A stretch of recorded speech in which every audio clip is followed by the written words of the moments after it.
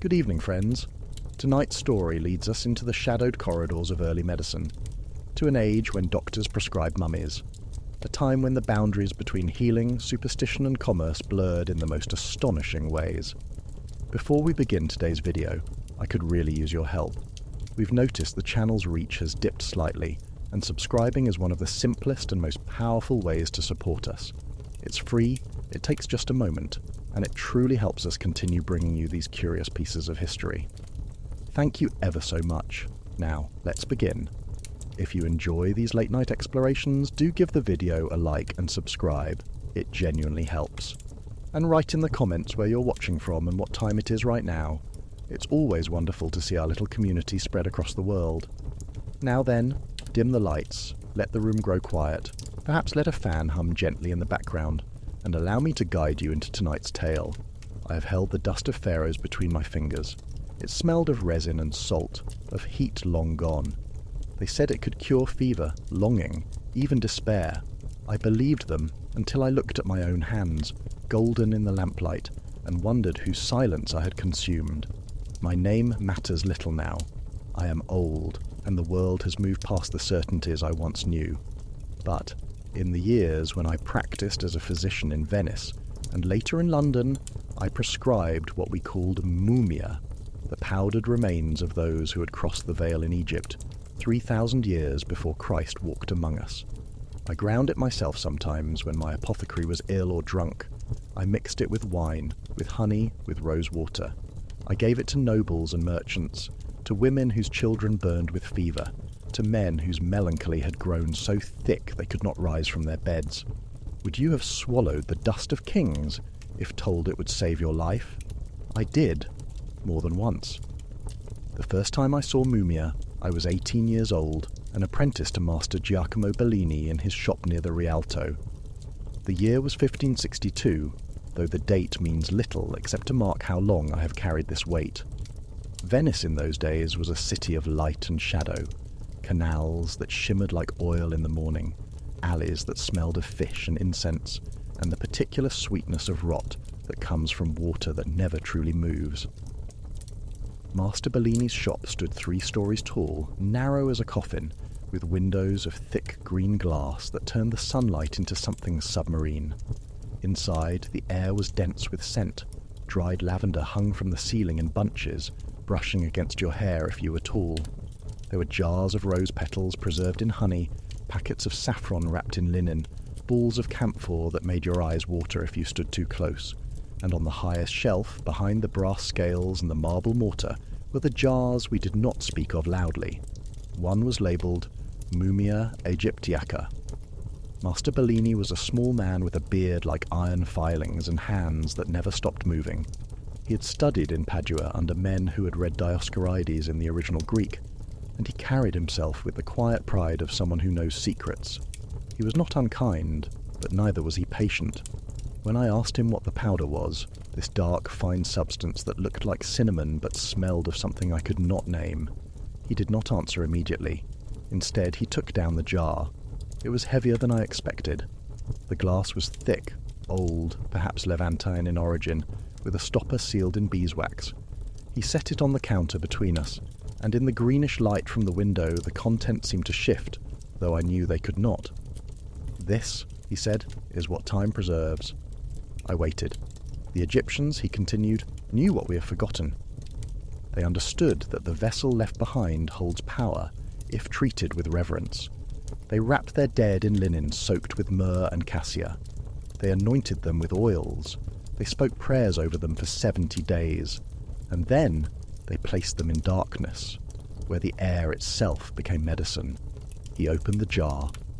The smell was immediate, not foul, but ancient. There was resin in it, certainly, something bitter, like burnt bark, and underneath a warmth, as though the sand of Egypt had somehow travelled across the sea and settled in that small glass vessel. The Arabs knew it first, Master Bellini said. They called it mumia, from the Persian for bitumen, because the preserved forms are dark like pitch. But it is not pitch. It is what the centuries thinned to silence, made potent. I must have looked uncertain because he smiled. You think it's superstition. I did not say so aloud. Then consider this. Paracelsus himself prescribed it. Ambrose Paré has written that it staunches bleeding better than any herb. It is listed in the Dispensatorium of Valerius Cordus, and in every pharmacopoeia worth the parchment it is written upon.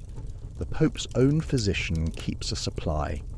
He reached into the jar with a small brass spoon and lifted a measure of the powder. It caught the light, and I saw that it was not uniform. There were darker grains and lighter ones, and something that might have been a fragment of linen, no larger than a fingernail. "This is not blasphemy," he said quietly. "This is medicine, and if you are to work in this trade, you will learn the difference." He poured the powder into a twist of paper and handed it to me. "Take it home, smell it, taste it if you dare, then tell me tomorrow if you believe." I did not taste it that night, but I held the paper to the candle flame in my rented room, and I watched the shadow it cast on the wall, and I thought about the hands that had wrapped those ancient ones, the priests who had sung over them, the darkness of tombs that had held them for longer than any empire I could name. Tell me, is faith not the finest spice? Within a year I was grinding mumia myself. It was not a daily task. The substance was expensive, more costly than saffron, though less than ambergris. A single jar might last Master Bellini 6 months, depending on the season and the demands of his patrons. But when the jar grew light, and he received word from his supplier in Alexandria, there was work to be done. The supply came by ship, always. Venetian galleys that carried silk and pepper and glass also carried darker cargo. I never saw the traders myself. Master Bellini dealt with them in the early hours before the shop opened, and he never told me their names. But I saw what they brought. Sometimes it arrived as powder already prepared, sealed in leather pouches marked with symbols I could not read. This was the easiest, though Master Bellini always tested it first, rubbing a pinch between his fingers, smelling it, sometimes touching it to his tongue. He said you could tell the true article by the way it dissolved in warm wine, slowly, leaving a faint golden residue, with a taste like bitter almonds and smoke. But sometimes, and this is what I remember most clearly, it arrived as fragments. They were wrapped in oiled cloth, bundled tightly, and they smelled of the sea. When you unwrapped them, you found pieces no longer than your forearm, dark as old wood, lighter than they should have been. The linen wrappings were often still visible, though stained and brittle. Sometimes there were marks, symbols painted in ochre, or the faint impression of a hand. We did not speak while we worked. Master Bellini would lay the fragments on a stone slab he kept for this purpose, in the back room where we prepared tinctures and distilled essences. The slab was old marble, worn smooth, and it was always cold, even in summer. He would examine each piece carefully, turning it in the candlelight, checking for rot or moisture. Anything that showed signs of decay was set aside. We burned those pieces in the hearth, and the smoke smelled like autumn. What remained, he broke with a small mallet. The sound was not like breaking wood. It was drier, more brittle, and it sent up a fine dust that caught in your throat. I learned to hold a cloth over my mouth and nose. I learned to breathe shallowly, and I learned that the dust itself had weight, not physical weight, though it did settle on your clothes and skin, but the weight of knowing what it had been. We ground it in the mortar, slowly, until it became powder. Sometimes we added myrrh or frankincense, as was traditional. Sometimes we mixed it with other substances, dried rose petals, powdered pearls, flakes of gold leaf, to create what Master Bellini called mumia electa, the chosen preparation, reserved for the wealthiest patrons. And sometimes, when the work was done and the powder was sealed in its jar, Master Bellini would pour 2 small cups of wine, and we would sit in the back room without speaking, and I would wonder whose silence we had just made ready for sale. I was 20 years old. I believed I was doing God's work. The patrons came at all hours. Some arrived in the morning, dressed in black, speaking in whispers, requesting the powder for ailments they would not name aloud. They paid in gold coins that bore the faces of princes and doges, and they left without meeting your eyes. Others came in the afternoon, wealthier, more confident. They wanted mumia for their physicians, who had prescribed it for gout, for consumption, for the falling sickness. They asked questions. Where did it come from? How old was it? Had it been blessed? and Master Bellini answered with the patience of a man who understands that doubt is part of the purchase. Yes, from Egypt, from the tombs near Thebes, 3,000 years, perhaps older, prepared according to the ancient rites. Was it true? I believed it was. Master Bellini would not have lied, I thought. Not about this. But there were rumours even then. I heard them in the taverns near the docks, where sailors drank and spoke too loudly. They said that the supply of true Egyptian mumia had been exhausted a generation ago. They said that what we now called Egyptian was often nothing more than criminals and beggars, embalmed in the new style and aged in the sun to darken them. They said that some traders simply took the recently departed from hospitals and cemeteries, wrapped them in linen soaked with bitumen, and sold them as ancient. I did not believe these stories. I could not afford to. But sometimes, when I opened a jar and the smell was too strong, too fresh, when the powder was too coarse or too pale, I felt a coldness in my stomach that had nothing to do with the draught from the door. Once a woman came to the shop at dusk. She was veiled, but her hands were uncovered, and I saw that they were young, smooth, the nails painted with henna. She spoke in a low voice, asking for mumia prepared with rose oil and honey. Master Bellini measured it carefully, wrapping it in silk. For what ailment, if I may ask? She hesitated.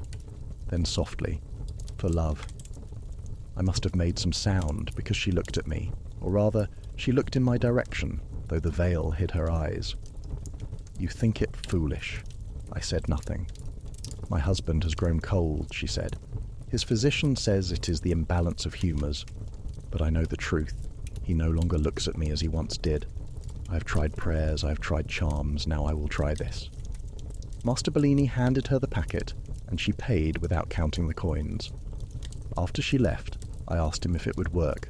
He did not answer directly. Instead, he said, "We do not sell cures, we sell hope. And hope, my boy, is the only medicine that never fails, because whether it works or not, the patient has already been healed by the act of belief." I thought about this for a long time. I think about it still. In 1567, I left Venice. It was not a sudden decision. Master Bellini had grown old, his hands shaking too much to measure powders accurately, and his son, a sullen man who smelled of wine, had begun to take over the business. I did not trust him. More than that, I had begun to feel a restlessness that I could not name, a desire to see beyond the canals and the green glass windows. I travelled to Padua first, where I attended lectures at the university. I studied anatomy with Fabricius, who showed us the valves of the veins and explained how the pulse of life moved through the vessel like a river. I read Galen and Avicenna and the new translations of Hippocrates. I learned to bleed and to purge, to set bones and to stitch wounds. And I learned that medicine was not a single truth but a collection of arguments, each physician convinced that his method was the only method, each scholar certain that the ancients had known something we had lost. Mumia was mentioned often, not in the lectures but in the conversations afterwards, in the taverns and the boarding houses. Some physicians swore by it, others called it barbarism. One professor, a Frenchman whose name I have forgotten, said that it was nothing more than expensive dirt, and that any powder mixed with honey would have the same effect. But Fabricius himself, when I asked him privately, said that he had used it for wounds that would not close, and that he had seen results he could not explain otherwise. "Perhaps it is the myrrh," he said. "Perhaps it is the age. Or perhaps it is something we do not yet have words for. The body is a mystery, and healing is an art, not a science. Don't discard a tool simply because you don't understand how it works." I remembered this. In 1569 I moved to London. London was nothing like Venice. Where Venice was light and water, London was smoke and stone. The Thames was a brown sludge that smelled of sewage and fish, and the streets were so narrow that two carts could not pass without one backing into a doorway. But it was alive in a way that Venice, with all its beauty, had never been. There was a hunger in London, a sense that the world was breaking open and something new was being born. I opened a practice in Cheapside, sharing rooms with a barber surgeon who also pulled teeth and let blood. My reputation grew slowly. I treated apprentices with the flux, merchants with gout, serving women with fevers that came and went like tides. I was careful, methodical. I kept detailed notes in Latin, recording symptoms and treatments and outcomes. I wrote letters to physicians in Padua and Paris, sharing observations. And yes, I prescribed mumia. I obtained it through a trader near the docks, an Armenian who spoke 5 languages and who claimed to have travelled to Egypt himself. His supply was expensive but reliable. The powder was dark and fine, and it smelled the way I remembered, resin and salt and that nameless warmth. I tested it myself, as Master Bellini had taught me, and I was satisfied.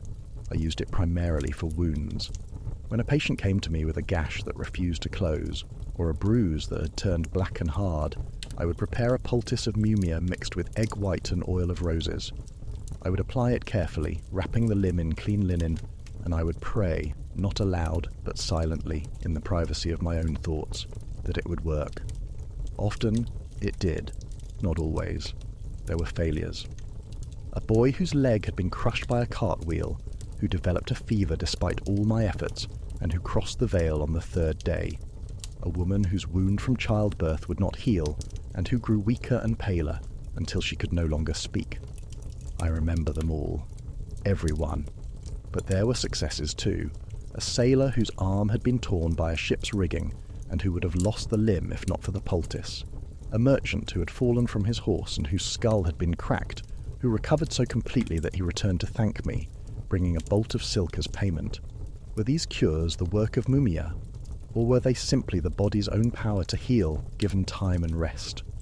I told myself I believed the former, but late at night, alone in my rooms, I was not certain. I married in 1572. Her name was Anne, and she was the daughter of a mercer. She had a round face and quick hands, and she laughed more easily than anyone I had ever known. We lived above my practice, in rooms that smelled of herbs and beeswax candles, and for 3 years I was, I think, happy. She knew about the mumia. I did not hide it from her, but she did not like it. "It does not seem right," she said once, watching me prepare a dose for a patient, "to use what time preserved in that way. They were people once, they had names." I told her what Master Bellini had told me, that it was medicine, not desecration, that the Egyptians had prepared their departed precisely so that they could serve the living in this way, that even the Pope's physician used it. She listened, but her expression did not change. "You are a good man," she said. "I believe you believe this, but I wonder sometimes if believing a thing makes it true." I had no answer for that. In 1575, she became pregnant. The pregnancy was difficult from the start. She was sick every morning, so weak she could barely rise from bed. The midwife said it was natural that it would pass, but it did not pass. By the 6th month she had grown thin despite the swelling of her belly, and her skin had taken on a colour like old parchment. I tried everything. I bled her, though gently. I gave her broth and wine. I consulted with other physicians, men whose learning exceeded my own. And yes, I considered mumia. I prepared a tincture, the finest powder I had, mixed with honey and wine and rose water. I held it in my hands, watching the candlelight turn the liquid amber, and I thought about what I was asking her to swallow, whose silence would become part of her, whose dust would mingle with her own flesh, feeding the child that grew inside her. I could not do it. I poured the tincture into the garden, where it soaked into the earth and disappeared, and I sat beside her bed, holding her hand, praying to a god I was no longer certain was listening. She crossed the veil in the 7th month. The child did not survive the night. I did not open my practice again for half a year. What is grief but the understanding that the world will continue without the ones we loved? I walked through London in those months as though I were the vessel left behind, emptied of everything except the memory of weight. I ate because I had to. I slept because exhaustion overtook me, but I did not live. It was a patient who brought me back. His name was Thomas Gray, and he was a clerk for the Worshipful Company of Mercers.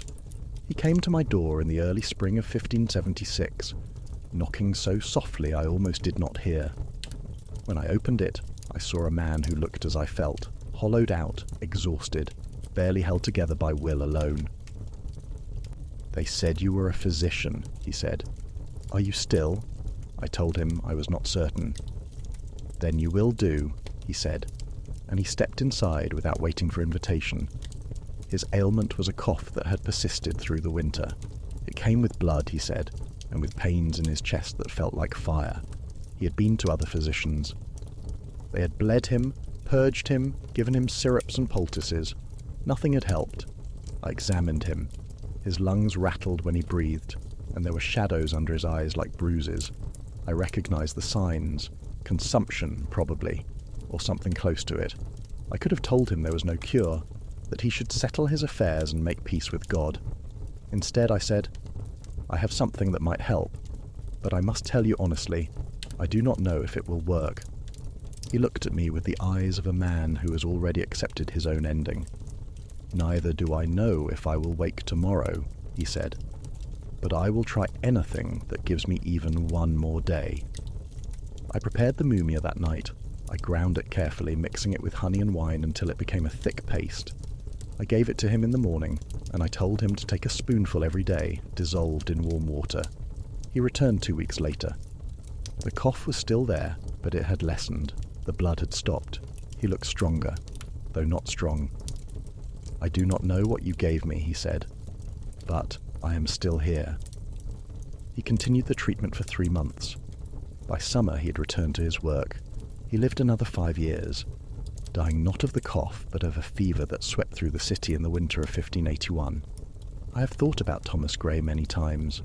I have thought about whether the mumia cured him, or whether he would have recovered anyway, given time. I have thought about whether it matters, because the truth is this. He believed it would help, and that belief gave him the strength to keep walking through his own darkness, just as I was walking through mine. Perhaps that is what all medicine is in the end, not a cure, but a reason to continue. The trade in mumia began to change in the 1580s. It had always been a thing of whispers and shadows conducted in back rooms and through intermediaries. But as the demand grew, driven by the writings of physicians, by the testimonies of nobles who swore it had saved their lives, by the simple human hunger for anything that promised relief from suffering, the supply became more complicated. There were not enough ancient ones to meet the need. This is what I came to understand, slowly, through conversations with traders and physicians and travellers who had been to Egypt. The great tombs had been opened centuries ago, looted for gold and jewels. What remained had been taken for other purposes, ground into pigment for paint, burned for fuel in the desert, or yes, sold to European merchants for medicine. By the time I was practicing in London, the true ancient supply was nearly exhausted, so the traders found other sources. They took the recently departed from hospitals and prisons. They wrapped them in linen soaked with bitumen and myrrh. They aged them in the sun, in cellars, in hot sand, until the flesh had darkened and dried. Then they sold them as Egyptian. Some physicians knew this, others pretended not to. Still others convinced themselves that it did not matter, that the preparation was what held the power, not the age. I did not want to know, but I could not avoid knowing. The Armenian trader I had worked with for years came to me in the winter of 1584. He looked older, his beard more grey than black, and there was a weariness in his voice I had not heard before. "You have always been honest with me," he said, "so I will be honest with you. What I sell you now is not what I sold you 10 years ago." I felt something cold settle in my stomach. "Explain." He told me about the workshops in Alexandria and Cairo, where bodies were prepared specifically for the European trade. He told me about the merchants who paid gravediggers and hospital workers to look the other way. He told me about the prices, how a single prepared form could be sold for 20 times what it cost to obtain it. "But the medicine still works," he said. "You have seen it yourself. Your patients recover. So what does it matter whose dust they swallow?" I wanted to argue. I wanted to tell him that it mattered absolutely, that there was a difference between the sacred and the profane, between the ancient rites and modern commerce. But I could not, because he was right. My patients had recovered. Thomas Gray had lived 5 more years. The sailor's arm had healed. The merchant had walked again. If the medicine worked, did it matter where it came from? Tell me, would you have swallowed the dust of kings if you knew it was the dust of beggars? I continued prescribing mumia for another decade. I told myself that the preparation was what mattered, that the rituals of wrapping and anointing, even if performed recently, held the same power as the ancient ones. That medicine was not about purity, but about results. But I could not shake the feeling that I had become something I had not intended to be. Not a physician, but a merchant. Not a healer, but a participant in a trade that fed on desperation and faith in equal measure. I saw it in the eyes of my patients, the way they looked at the powder I gave them, as though it were a relic, the way they whispered their thanks, as though I had given them a piece of eternity itself. And I knew that what I was selling them was not medicine, but hope. And hope, as Master Bellini had said, was the only cure that never failed. But hope built on lies is still a lie. In 1595, I attended a lecture by a young physician named William Vaughan. He was speaking about new treatments, new ideas, new ways of understanding the body, and at the end, almost casually, he mentioned mumia. This barbarous practice, he called it, this desecration of the departed, which serves no purpose except to enrich traders and give false comfort to the afflicted. There is no virtue in swallowing what time preserved. There is no power in the dust of the deceased. There is only superstition wrapped in the language of learning. The room was silent. Some physicians nodded, others looked uncomfortable. One old man stood and left without speaking. I sat very still, feeling something inside me crack. Because I knew he was right. Not about the medicine. I had seen it work and I could not discount that. But about the trade, about the lies, about the fact that we had taken something sacred and turned it into commerce, and in doing so, we had lost whatever made it worthy of reverence. That night, I went home and opened every jar of mumia I possessed. There were 5 in total, carefully sealed, labelled in my own hand. I carried them into the garden, and I poured them out, one by one, watching the powder settle into the earth like ash. I do not know whose silence I released that night, but I prayed for them anyway. I'm an old man now. My hands shake when I write, and my eyes grow tired when the light begins to fade. I've not practiced medicine in 20 years. The world has moved on. There are new ideas, new treatments, new certainties to replace the old ones, and the trade in mumia, while it has not disappeared entirely, has become something spoken of in whispers and shame rather than pride. But I remember the smell of resin and salt. I remember the weight of the jar in my hands, and the way the powder caught the candlelight, turning gold and amber and brown. I remember the faces of my patients, desperate and hopeful, trusting me with their pain and their fear. And I remember Anne, her hand in mine, her voice asking if believing a thing made it true. I do not have an answer, not even now. Because the truth is this: I do not know if the mumia healed anyone. I do not know if the recoveries I witnessed were the result of the ancient dust, or simply the body's own power to repair itself given time and rest. I do not know if what I did was medicine or desecration, commerce or faith. What I know is that I believed, and for many years that belief sustained me. It gave me purpose. It gave me the courage to sit beside the dying and offer them something more than empty words. It gave me the strength to open the jar, measure the powder, mix it with honey and wine and say, "This will help." And sometimes it did. Not always. Not every time. But enough that I continued. Enough that I convinced myself I was doing good. But was I? Or was I simply a merchant of hope, selling dust and calling it salvation? I've thought about this question for so many years that it has become part of me, inseparable from my own bones, my own dust. And I think, though I am not certain, that the answer is both, that I was a physician and a merchant, that I was a healer and a participant in something darker than healing, that the mumia was medicine and commerce, faith and lie, all at once. Because that is what the world is it not?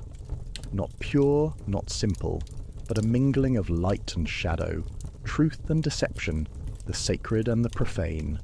We pretend otherwise. We write our treatises, and draw our lines, and declare this good and that evil. But in the quiet hours, when we are alone with our own thoughts, we know better. I knew better even then. I simply chose to believe. There is one more thing I must tell you, though it shames me even now. In the year 1576, when Anne crossed the Vale, I could not bring myself to give her mumia. I poured the tincture into the garden.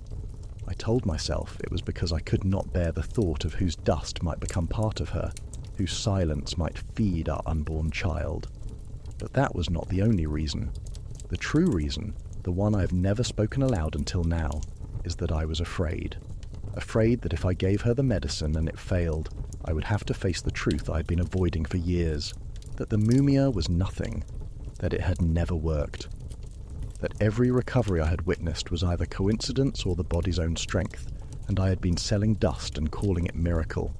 If I gave her the medicine and she died anyway, I would have had to face that truth, and I could not. I was a coward. So I let her die without trying, and I have lived with that weight every day since. Would it have worked? I do not know. I will never know. And that not knowing is perhaps the heaviest burden of all. I have held the dust of pharaohs between my fingers, or perhaps I have held the dust of criminals and beggars, aged in the sun and sold as kings. I do not know which, but I know that it smelled of resin and salt, of heat long gone, and I know that I believed it could cure fever, longing, despair. I believed until I could not believe any more. Now I am old and my own dust is not far off. When I cross the veil, when I become what time preserves, will someone grind my bones and call them medicine? Will they mix me with honey and wine and give me to the desperate and the dying?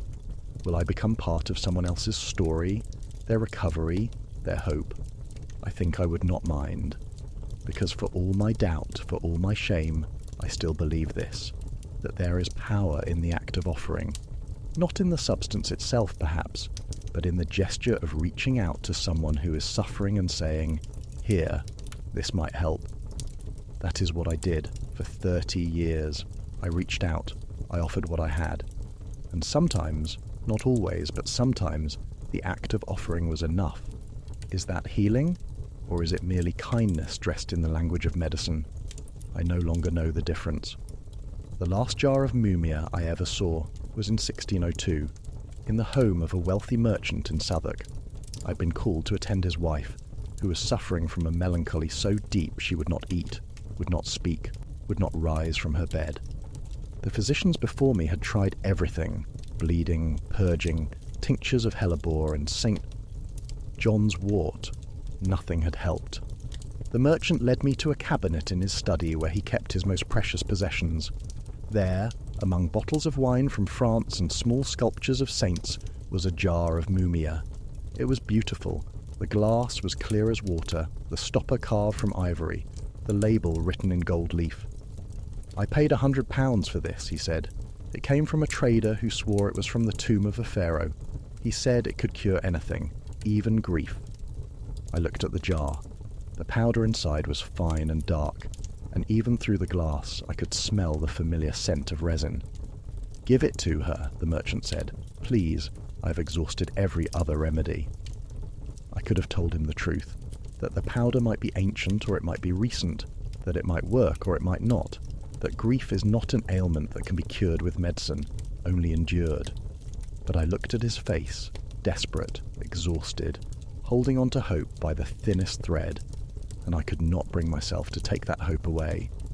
So I prepared the dose. I mixed the powder with honey and wine, exactly as I had done 1,000 times before. I brought it to the woman's bedside, and I held the cup to her lips, and I spoke softly, telling her that this medicine had travelled across the sea and through the centuries, and that it carried with it the strength of those who had endured before her. She drank. I do not know if it was the mumia that helped her, or the act of being cared for, or simply time. But 3 weeks later, the merchant sent word that his wife was rising from bed again, that she was eating, that she had begun to speak. Was it a miracle, or was it simply the body healing itself, given permission by the ritual of medicine? I've asked myself this question so many times that the words have worn smooth like stones in a river. But perhaps that is the wrong question. Perhaps the right question is, does it matter? Because in the end, medicine is not about truth. It is about mercy. It is about sitting with someone who is suffering and offering them something, anything, that might ease their pain, even if that something is only belief. I write this now, in the failing light of an autumn afternoon, with the weight of 83 years upon me. My hands are spotted with age, my fingers bent from decades of grinding and measuring and writing. I have outlived my wife, my patience, my certainties. I have outlived even the trade that gave shape to my life. But I have not outlived the memory of dust between my fingers, golden in the lamplight. I have not outlived the question, what did I swallow when I swallowed the dust of kings? Was it medicine? Was it history? Was it simply the story we tell ourselves that healing is possible, that the dead can serve the living, that there is power in the things we cannot see or understand? I think it was all of these things, and I think that is enough. Because we are, all of us, swallowing history. Every breath we take contains the dust of those who came before us. Every meal, every drink, every moment of life is built on what time has preserved and what time has thinned to silence. We are made of the past. We carry it in our bones. And if that is true, if we are all walking tombs, vessels containing the dust of countless generations, then perhaps the mumia was not so strange after all. Perhaps it was simply a more honest version of what we do every day, taking the past into ourselves and calling it sustenance. I remember the last time I opened a jar myself. It was in the winter of 1595, shortly before I heard William Vaughan speak. I was treating a young woman, barely 16, who had been thrown from a horse. Her leg had broken badly, the bone piercing through the skin, and the surgeon who set it told me privately that he did not expect her to keep the limb. The wound had begun to smell, that particular sweetness that comes before the rot sets in fully. Her father brought her to me because he had heard, through whispers and recommendations, that I possessed something that could save her. I prepared the poultice in my workroom alone, as I always did. The jar was nearly empty by then, one of the last I possessed. I poured the remaining powder into my mortar, and I noticed, as I had not allowed myself to notice before, that the grains were not uniform. There were fragments of something that might have been linen, something that looked like a splinter of the pale foundations themselves. I held the mortar to the candlelight, and I examined it closely, more closely than I had in years. And I understood, with a clarity that felt like cold water, that I was looking at the remains of a person, not a pharaoh, not a king, probably not even someone who had been dead for more than a few decades. Just a person, someone who had once walked and spoken and loved and feared, who had been reduced to this, dust in a jar, waiting to be sold. I thought about stopping. I thought about telling the girl's father that there was nothing I could do. But then I thought about the girl, lying in bed with fever crawling through her, knowing that the surgeon was sharpening his saw, knowing that her leg, and perhaps her life, hung by the thinnest thread. And I thought, even if this powder is nothing more than dust, even if it holds no power except the power of belief, is that not still a gift? Is the act of trying not itself a form of healing? I mixed the poultice. I applied it to her wound.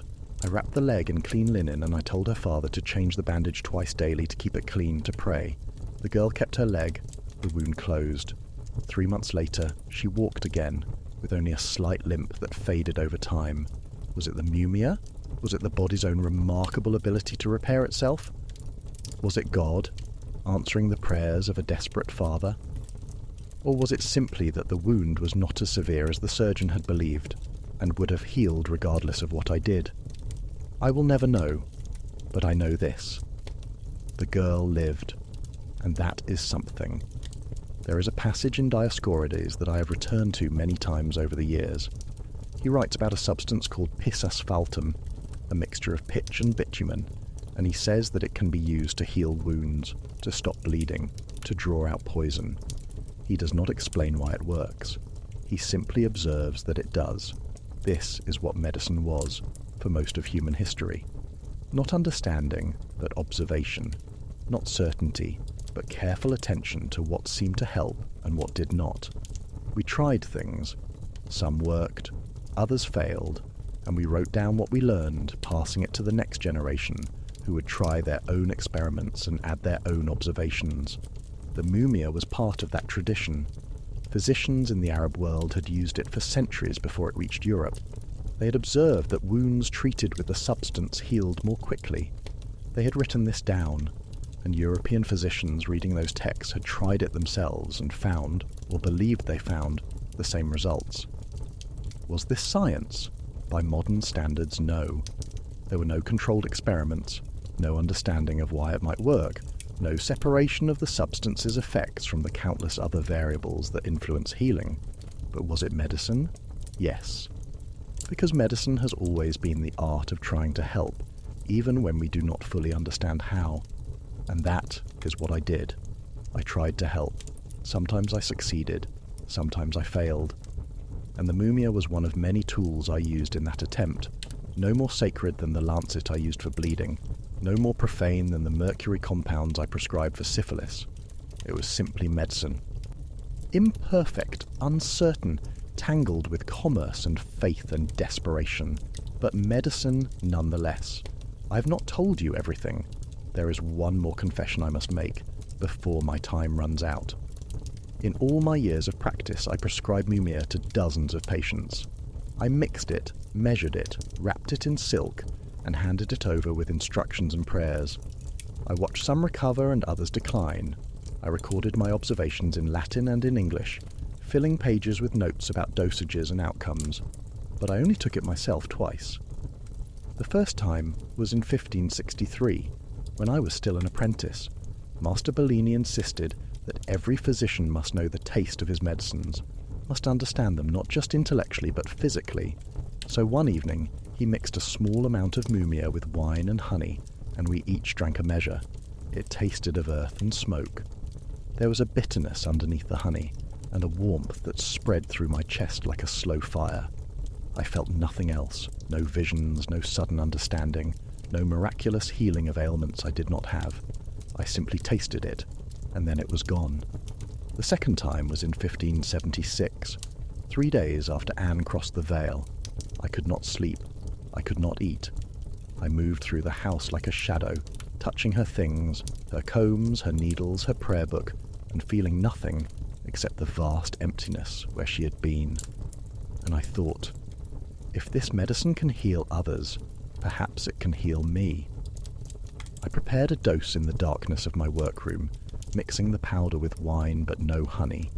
I did not want sweetness. I wanted to taste it fully, to take it into myself the way I had asked so many others to do. I drank it in a single swallow, and I felt nothing. No relief, no comfort, no lifting of the grief that pressed on my chest like a stone. The wine was bitter, the powder caught in my throat, and I sat in the darkness coughing and weeping, understanding finally that there are some wounds no medicine can touch. Grief is not an imbalance of humours. It is not a fever to be cooled or a pain to be numbed. It is the price we pay for love, and there is no cure for it except time, and even time does not heal so much as teach us how to carry the weight. I learned this through the mumia, not because it failed, though it did fail, but because in that failure I understood for the first time the limits of medicine, the limits of faith, the limits of trying to control the uncontrollable through powders and prayers, and the desperate conviction that there must be something we can do. Sometimes there is nothing we can do. Sometimes we can only sit with the darkness and wait for the dawn. That is perhaps the most important lesson I have learned, and I learned it from dust. In my final years, these years I live now, I have become something I did not expect, a scholar of history. Not the grand history of kings and wars, but the small history of practices and beliefs, of the things people did because they hoped it would help. I have read everything I can find about mumia. I've studied the texts of Paracelsus and Paré, of Francis Bacon and Robert Boyle. I've read the newer writings too, the ones that call the practice barbaric, that demand evidence and proof, that insist medicine must move beyond faith and into the realm of reason. And I have come to understand that the trade in mumia was not unique. It was one of hundreds, thousands of practices that humans have tried in our long struggle against suffering and mortality. Some were more effective than others, some caused more harm than good, but all were born from the same impulse, the refusal to accept suffering as inevitable. That impulse is, I think, both the best and worst of us. It drives us to search for cures, to experiment, to never stop trying. But it also makes us vulnerable to merchants who will sell us lies, to to our own desperation, to the stories we tell ourselves about power and control. The mumia was all of these things. It was hope and commerce, faith and exploitation, medicine and desecration. It was human in all the complicated ways that word implies. And I was part of it. Not innocent, not guilty, but complicit. A physician who believed he was healing, a merchant who believed he was serving, a man who believed he could control what cannot be controlled. I do not ask for forgiveness. I do not know who would grant it. The ones whose dust I sold, the patients I may have helped or harmed. God himself, if he exists and cares about such things. I simply tell you what I did, and I ask you to consider. If you had lived in my time, with my knowledge, with my desperation to help the suffering, what would you have done? Would you have ground the bones? Would you have mixed the powder? Would you have swallowed the dust of kings if you believed it might save you? There is a jar in my workroom still. I have kept it all these years, though it is empty now. The glass is old, greenish, with a stopper sealed in beeswax that has cracked and yellowed with age. The label reads Mumia Egyptica in faded ink. I keep it on the highest shelf, where the morning light catches it and turns it to something almost beautiful. Sometimes I take it down and hold it, feeling the weight of it, remembering the weight of what it once contained. I turn it in my hands and I think about all the jars like this one, scattered across Europe, sitting in the workrooms of physicians and apothecaries and scholars, some still full, some emptied years ago, all of them holding the same question: was this medicine, or was this only belief? I think the answer is that it was both, and that medicine, at its heart, has always been both. We offer substances and rituals and words, and we hope that they will help. Sometimes they do, through mechanisms we understand. Sometimes they do, through mechanisms we do not understand. And sometimes they do not help at all. But the act of offering is itself a comfort. This is what I have learned from a lifetime of grinding dust and calling it salvation. This is what I will carry with me when I cross the veil and become dust myself. The world is changing. I can feel it even here, in my quiet rooms, far from the centres of learning and commerce. There is a new language emerging, a new way of thinking about bodies and illness. Physicians speak now of experiments, of proof, of the scientific method. They no longer trust the ancients, simply because they were ancient. They demand evidence. This is good, I think. It is necessary. Medicine should be built on more than faith and tradition. But I wonder sometimes if we will lose something in this transformation. If in our rush towards certainty and proof, we will forget that healing is not only about bodies, but about souls, that a patient needs not only effective treatment, but also compassion, presence, the sense that someone cares whether they live or die. The mumia was not effective medicine. I can admit that now, though it pains me. The recoveries I witnessed were likely coincidental, or the result of other factors: rest, nutrition, the body's own power to heal. The powder itself was probably inert, its only power the power of belief. But the ritual of preparing it, of measuring it carefully, of mixing it with sweet substances, and offering it to someone in pain, that was not inert. That was medicine of a different kind, the medicine of attention, of care, of refusing to let someone suffer alone. And that, I think, we must not lose. I am tired now. The light is fading, and my hand aches from writing. I have said what I needed to say, though I am not certain anyone will read these words. Perhaps they will be found after I have crossed the veil, tucked in a drawer with my other papers, and someone will wonder who the old man was who wrote so much about dust.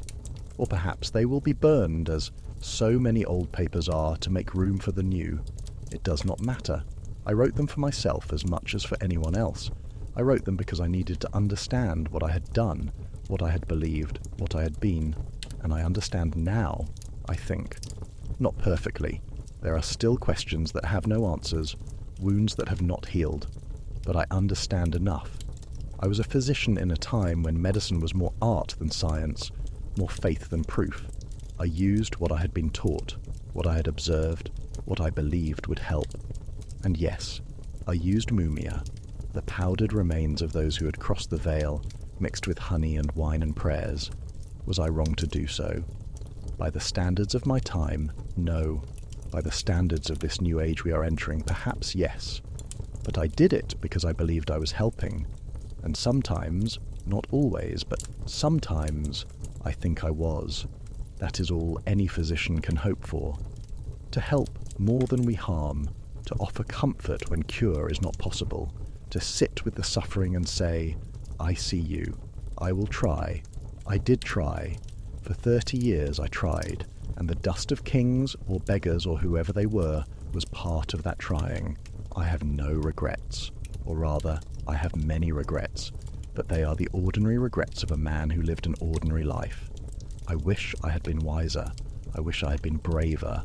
I wish I had given Anne the medicine, even if it failed, so that she would have known I tried everything. But I cannot change the past. I can only witness it, remember it, and let it become part of the dust I will leave behind. One final thing before I set down this pen. If you are reading this, and if you are wondering whether to believe in the medicine of your own time, whether to trust the physicians, the powders, the promises that healing is possible, I will tell you what I believe now, after all these years. Believe, but carefully. Trust, but question. Take the medicine, but know that the greatest healing often comes not from the substance itself, but from the care with which it is offered, from the presence of someone who refuses to let you suffer alone. And remember that we are all, in the end, vessels containing dust. We carry within us the substance of those who came before, their cells, their stories, their faith and doubt and desperate hope that life can be eased, if not perfected. We are walking tombs. We are living medicine. We are the dust of kings and beggars, priests and criminals, the beloved and the forgotten, all mingled together into the temporary miracle of consciousness. And when we cross the veil, when we become what time preserves, we will be part of that mingling for those who come after. Not as medicine, perhaps, but as memory, as history, as proof that we were here, that we tried, that we loved and suffered and reached out to each other in the darkness, offering whatever we had, even if it was only dust, in the hope that it might help. That is enough. That has always been enough. I set down my pen now. The candle is burning low, and the shadows are gathering in the corners of the room. Soon I will sleep, and tomorrow I will wake, or I will not, and the world will continue without me, as it continued without Anne, without Thomas Gray, without all the patients I treated and could not save. But for now, in this moment, I am here. I am alive, and I am grateful for the dust I have held, the dust I have swallowed, the dust I will become. I have held the dust of pharaohs between my fingers. It smelled of resin and salt, of heat long gone. They said it could cure fever, longing, even despair. I believed them. I believe them still, in a way. Not because the powder held any power, but because in the act of offering it, in the ritual of mixing and measuring and giving, I was saying to another human soul, you matter. Your suffering matters. I will not let you face this alone.